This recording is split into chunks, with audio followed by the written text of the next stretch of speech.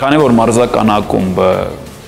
հագեցված էր 80% գույքով, եւ այս պատերազմից հետո ունենք մեր մարզում, մեր քաղաքում հաշմանդամ ունեցող երիտասարդներ, իրանց պետք էր հատուկ գույք։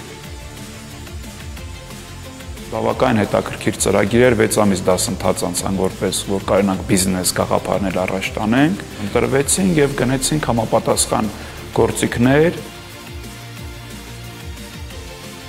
Սենց մի հատ ասույթ կա, չէ՞, որ ասում է, թե ուզում ես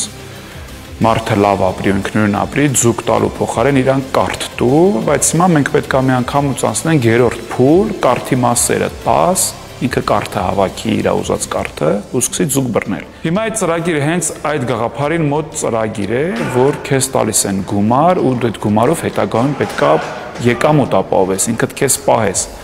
Ու ինձ դա շատ դուր եկավ, ասինքն մենք ինչի կարիքն ունենք գործիքների մեր զինվորների համար գնեցինք, զինվորները մարզում են, դրան զուգահեռ կարդիո սարքերից օգտվում են նաև մեր համակարգացիները, ասինքն եկամուտ ենք ապահովում